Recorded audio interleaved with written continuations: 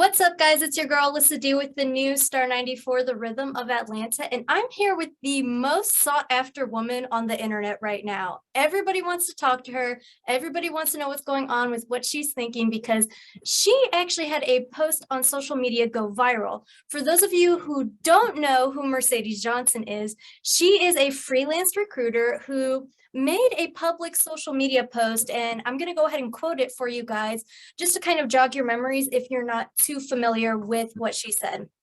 So the post said, I just offered a candidate $85,000 for a job that had a budget of $130,000. I offered her that because that's what she asked for. I personally don't have the bandwidth to give lessons on salary negotiation. Here's the lesson. Always ask for the salary you want, deserve, no matter how large you think it might be. You never know how much money a company has to work with. Hashtag be confident. So we all have seen the post. We've seen some of the reactions to it. And one of the first things that pops into my mind, because I watched your apology video and I wanted to get some research and understand who you are, and you seem to have like a very sweet disposition as a person. So, and I could tell because you did end the post with hashtag be confident. But one of the things I wanted to ask you was, you said in your apology video, you felt like the delivery of your message was wrong. So I want to ask you, what was the intended message you wanted people to know or understand from what you're trying to say? So, out of everything that was said, I wanted people to understand that if you leave your worth in the hands of a company, your worth will only be as large as a company's budget or what they have to offer you. But if you come knowing your worth, then you should be able to translate that in the interview process. Absolutely. And one of the things I definitely wanted to ask you was, the first time I saw the post, I saw on TikTok somebody reacting to your post, and I was like, okay, uh, uh, Yeah. worded a little bit better, but I want to understand, walk me through what you were thinking that day, how you came up with this thought in your head, why you decided to get on social media, type it out, and hit that little blue button to post it. So walk me through that day, what you were thinking, and where you got to that mental state. So literally on my social media, well, my Facebook, I'm always giving um interview tips and tricks. I'm always giving talent acquisition tips. So it was like a normal Friday for me. And on my lunch break, I decided to just post the post just to give people some insight because I know that jobs are ramping up right now. People are getting jobs, and I wanted people to be aware. And literally, before I could even look back at my post 2 hours later, it had gone viral. So I was not expecting for this to happen. And I just shared it to my small Facebook reach, and then it kind of went out of hand. So, Absolutely. So I actually want to ask you a couple tough questions sure. and kind of get to the meat and potatoes of, everybody's thoughts and their reactions. And for me, analyzing and looking at your social media post, one of the first things I saw was I was shocked, but when I kept looking at it and I kept doing research, there were two statements that kept sticking to my heart. Again, the first being, I personally don't have the bandwidth to give lessons on salary negotiation. So I want to unpack this statement a little bit because one of the first words that popped into my head, and I'm sure into other people's heads, was arrogance. Because Mm. I mean, for me, bandwidth, I think of technology. So I'm curious as to what you meant with that statement and where did you learn to even speak like that or come up with that phrase? So, bandwidth is a word that I use a lot. It just basically means like the capacity. And the reason why I mention that is because as a recruiter, and my recruiters know that when you have a lot of different requisitions and you have three times as many candidates, you're trying to smile and dial all day. You're trying to talk to people, you're trying to get these jobs filled. And sometimes I don't have the opportunity to have long and drawn out conversations with the candidate during the day, during my 8 hour day. But I think what confused everybody was that I said that I don't have the bandwidth, but later in the post said, here's the lesson. Well, I was on my own time, and on my own time, I have more of an opportunity to educate people, just not in the 8-hour day.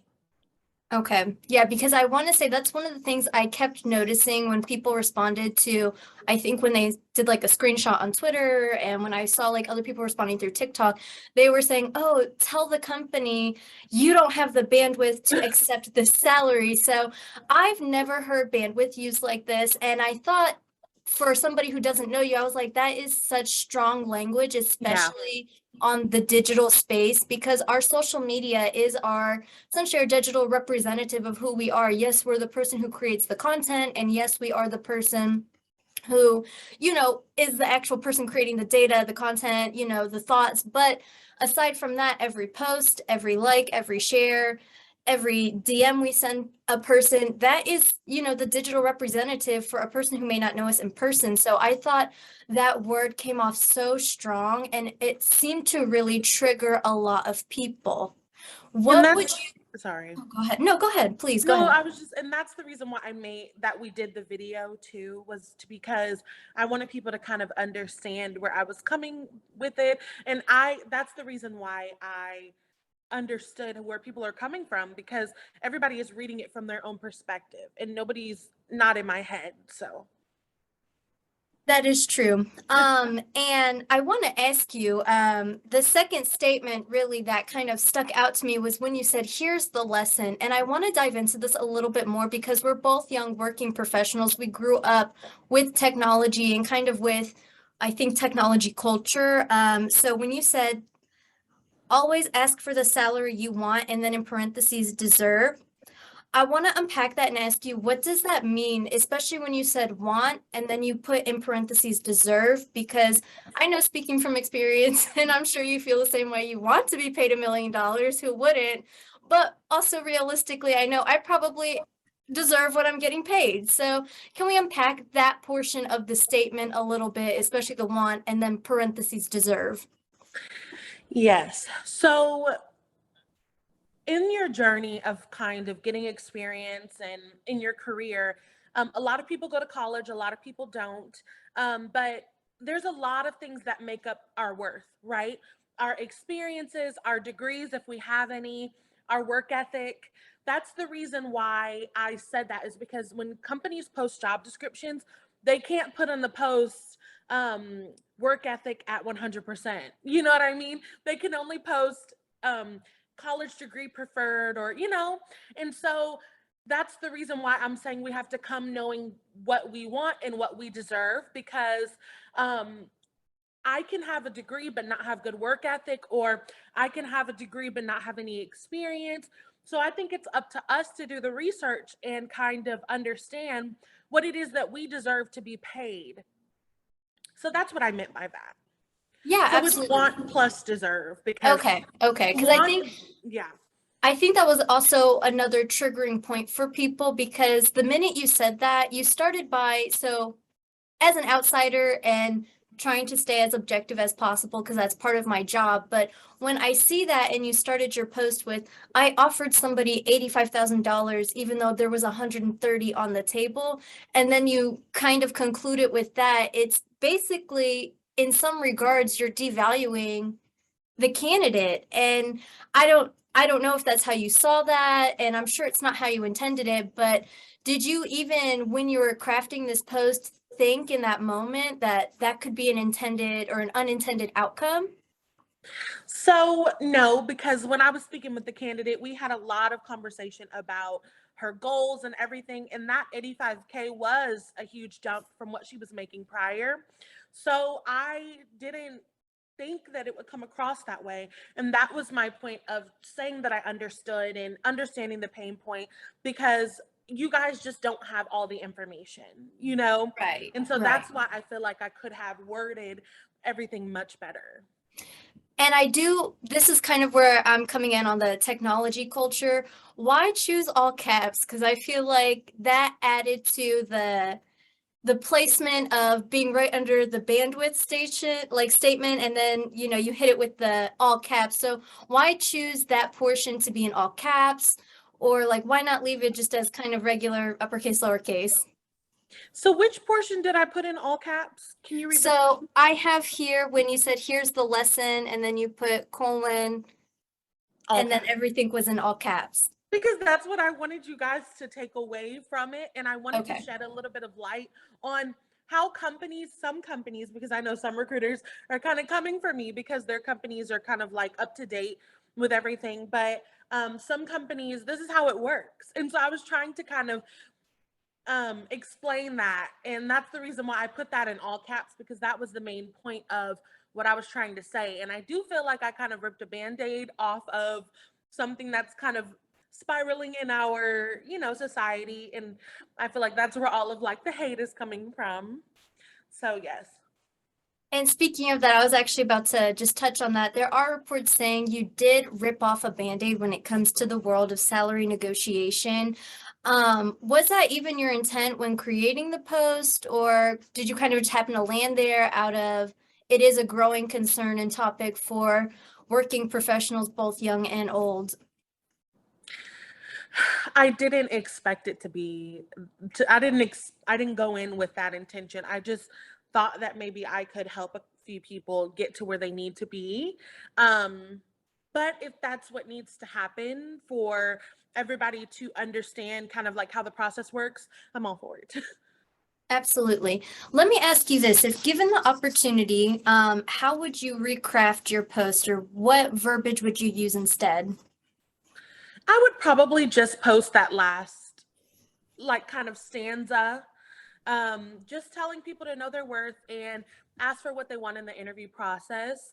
I do regret giving the information that I gave because it's so controversial and it doesn't allow people to kind of focus on the real intent of what I was trying to say. So Okay, and let me ask you this question then. How would you then suggest or recommend a candidate even ask for, how do they ask for this appropriately? Because I know I've been in interviews and I felt uncomfortable even bringing up the mention of pay and salary and hourly rate. And, even though I felt like I was worth $1 million, like I was totally scared and fearful of asking because you were kind of taught and trained, like, don't ask for pay, like, that's not acceptable, like, you get what you mhm. get.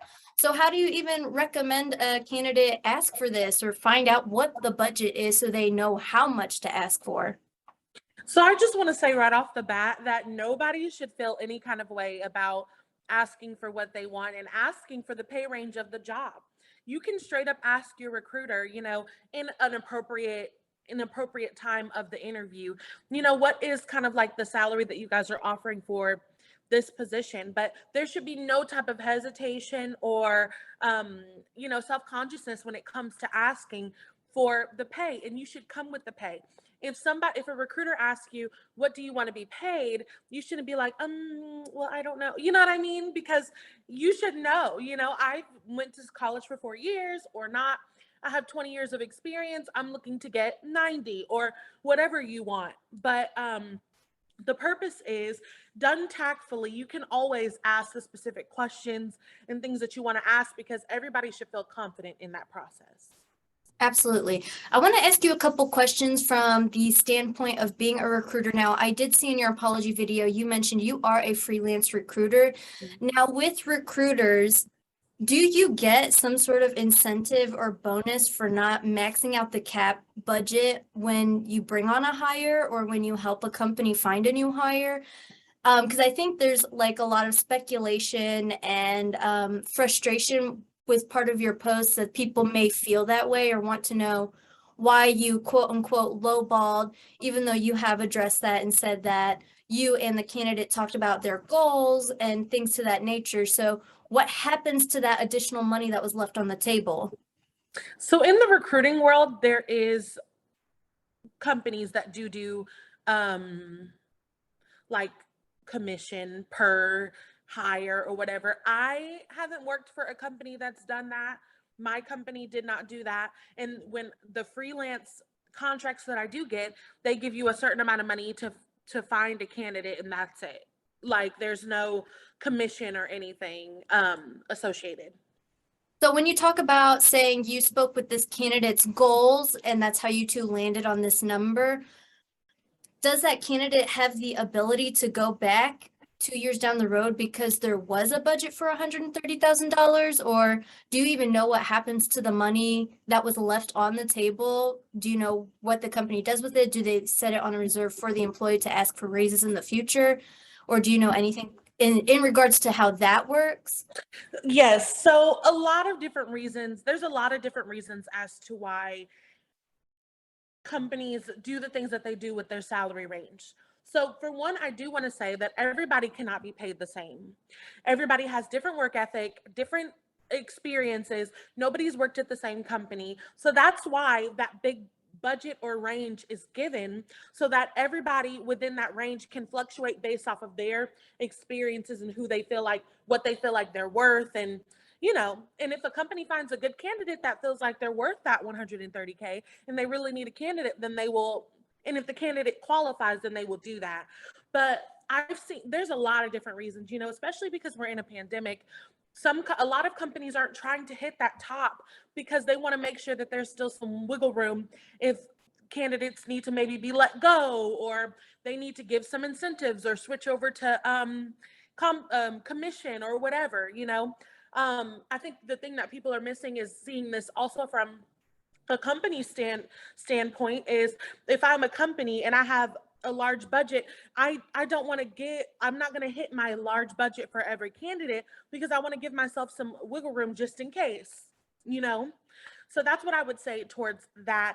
I can't really explain kind of what was done for the candidate anymore, but I do want to explain that. Absolutely. So let me ask you this question as a recruiter. So I had an experience early on when I first kind of got into media where I was actually interviewing for a position and they asked me how much I wanted to be paid. And I, sheepishly said how much I wanted to be paid. And the person I was working with said, no, no, no, I don't think you should be asking for that. And they bumped how much I wanted up to way, way more than I even thought I was worth. Do you think, or did you even have any interactions like that with this particular candidate? Or is that even a regular thing that happens in recruiting, kind of that, I don't know, confidence boost, or, really being upfront with, hey, like, I know this is your offer, but I think we should shoot for this? I think it really depends on what company it is that you're kind of working for. As a recruiter, and I know a lot of recruiters can attest to this, we're trained to say and do certain things, not only just for, quality assurance, but because, you know, it's a liability or some things for different companies.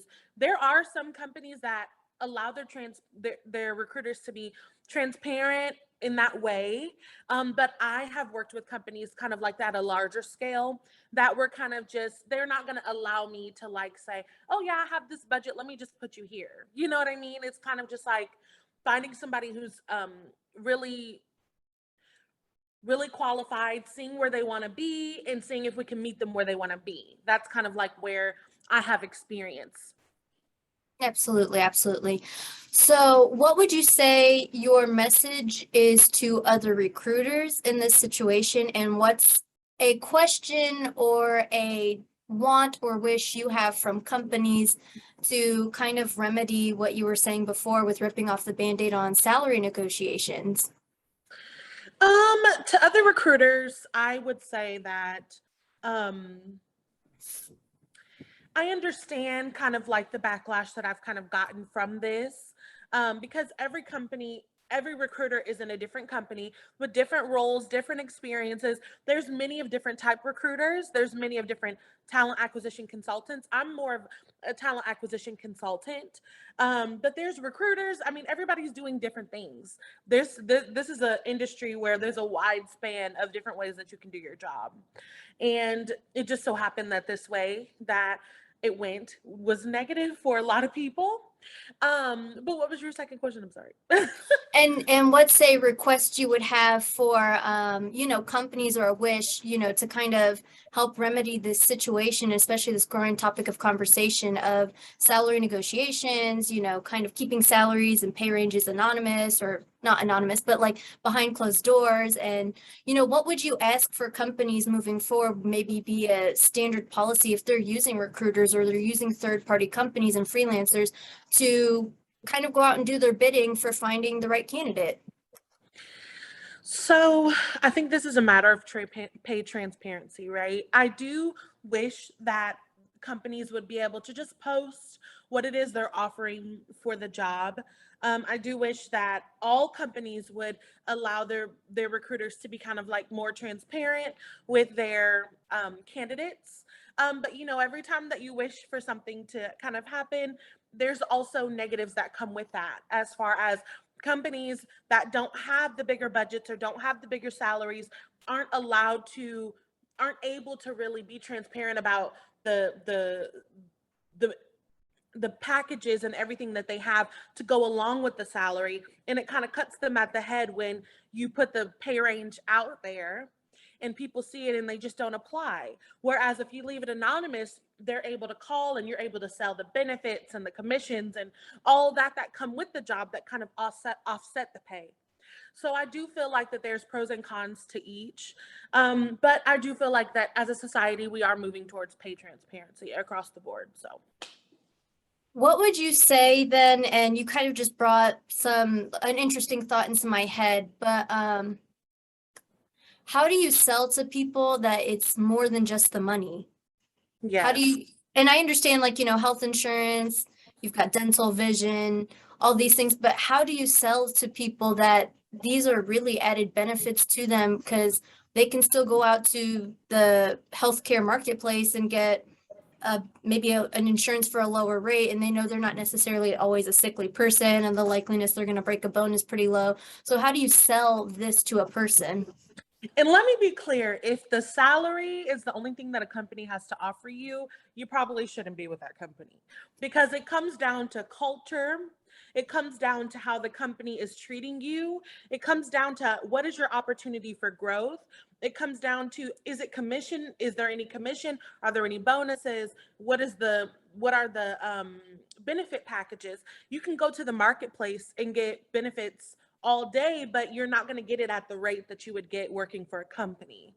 So I think all of those things should be discussed in your interview, because all of those things, I mean, I wouldn't wake up and come to a job that I didn't feel like had good culture, had a good work environment, had values, those are things that go into it. And I think that's another issue that I would love to talk about at some point. I feel like that people are so focused on the pay that they don't really understand the importance of having good work environment and culture.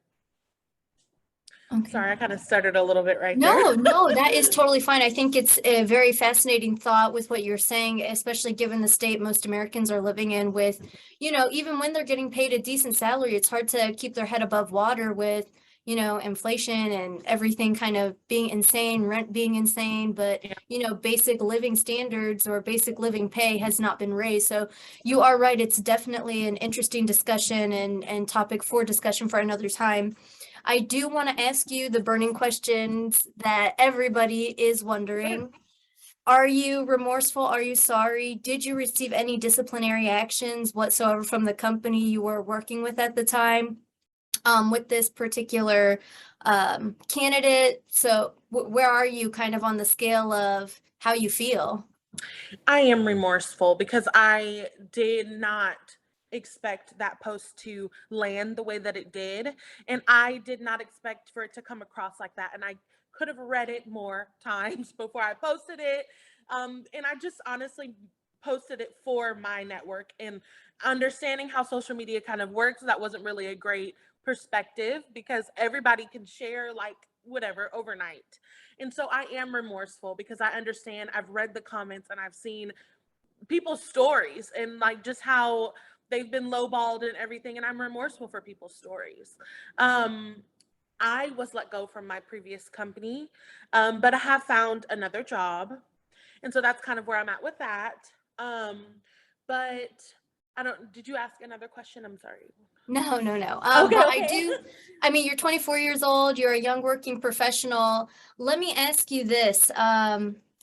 Where do you feel like you're kind of on your path to redemption? Everybody loves a great comeback story. So where do you see yourself in this path of redemption, kind of what stages are you at? What plans are you making to really build yourself back up and, you know, learn from this experience?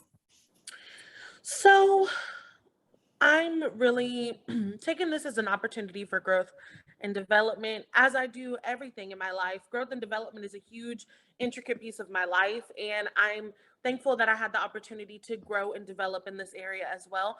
And I will continue to do that. Aside from this, I think people don't understand that I still am a good recruiter. You know, recruiters make mistakes, I think, as do normal people. And so I think I'm just going to learn from this and move on and just kind of further my career and see where it goes. Absolutely, absolutely. I do want to ask you this one last question. Who do you think from your network would have kind of exposed you like this? Like, do you have an idea? Is it like a group of people? Was it somebody you might have upset? Because you keep referring to, oh, I just, put a post out. It was just little old me, to my small group of people. So, do you have an idea of if somebody intentionally did this to hurt you, or it was just honestly they shared it out of they wanted to support you sharing a great story? So I was able to kind of track how it happened. And somebody from my network shared it with positive thoughts. And then somebody from their network shared it with not so nice positive thoughts. So that's kind of like how that happened. Okay, okay. And I do want to go ahead and just ask you this. What plans do you have aside from, recovery and redemption? What other plans do you have? What are you working on for 2022 to build yourself up, build your brand out, and kind of move forward? So, no set plans for right now. I do understand through this process what needs to be talked about and what kind of needs to be worked through. And so I might in the future do kind of some sort of, talk or some sort of media to kind of just explain different things in this industry and kind of get people up to date on what's happening in the workforce. And Mercedes, you talked about how essentially up until this point, you would just give these little nuggets out to help people in the interviewing process, the questions to ask, what to look for. How can people continue to follow you on social media to get this information, to get these tips, and to hear what you think as an insider in the industry, how they can be successful? So I'll never stop posting things. I actually just the other day posted some tips because I did some resumes this week and I was just posting some tips from that. I won't stop posting tips, but I will be more cautious about what I do post. So they can always, look me up and they'll see it. Okay, and are your handles just your name, or how can people find you? Yes, my handles are my name. My Instagram is the Mercedes Johnson, but my Facebook is Mercedes Johnson. Incredible, incredible. Well, thank you so much for spending a little bit of time with me. I really appreciate it. I think this was such an informative conversation, and I am very curious to have that conversation with you about kind of pay discrepancy Yeah. and, transparency. So hopefully we can chat another time and kind of dive into that topic a little bit. Thank you so much, and thank you for having me. Absolutely. Thank you so much, and you enjoy the rest of your day. You too.